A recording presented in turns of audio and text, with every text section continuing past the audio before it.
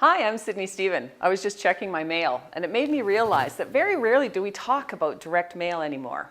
Is it effective? Well, obviously companies like this think it is, or they wouldn't still be doing it. But probably the bigger question is, can it be effective for you? Well, the neat thing about mail, if you think about it these days, is hardly anybody gets any compared to email. So it's a great way for you to stand out if you're trying to get in front of your target audience. And you know what? It still can be effective if you can afford it to go to the consumers. Definitely it's affordable if you are a B2B, in other words, you're going to businesses.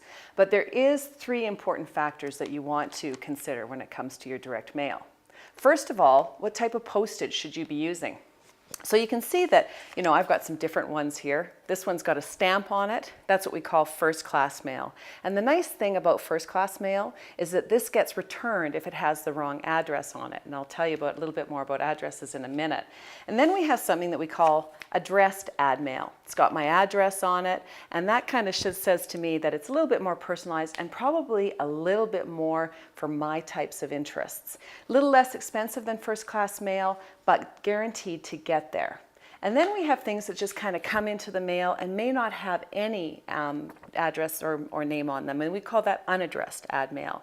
And the problem with unaddressed ad mail is that we tend to look at it as junk mail, and if somebody puts junk mail on their mailbox, they won't get it. So if you're actually giving enough pieces for one specific letter carrier route, 30% approximately of those are going to end up in the garbage. And of course, the other thing with these is they don't get returned. You really don't know if people have seen them or not. They also don't get read quite so often. So that's step number one. Step number two is you got to be careful about your list. So we want to use list brokers, obviously, to get the kind of list that's going to have the criteria for your consumer or your business. But list brokers are very different in terms of accuracy.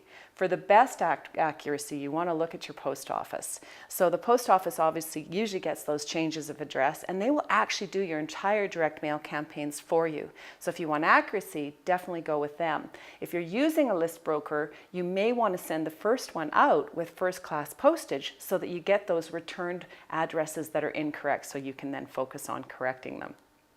The third piece that I want you to really consider is what you put into the mail. So let's have a look at this one again. So you can see how this one's got a stamp on it. It kind of says to me it's a little bit personalized, and I'm looking at it and thinking that's probably an invite. So it's got my attention. So if it looks like an invite or something interesting, I'm more inclined to open it. Another great technique is to put something in there that's lumpy.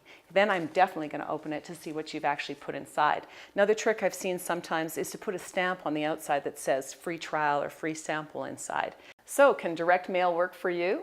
Well, use the right postage, get the right list, and make it compelling, and absolutely it can be effective. So you don't want to diss direct mail quite so soon. It could be the perfect tactic for you.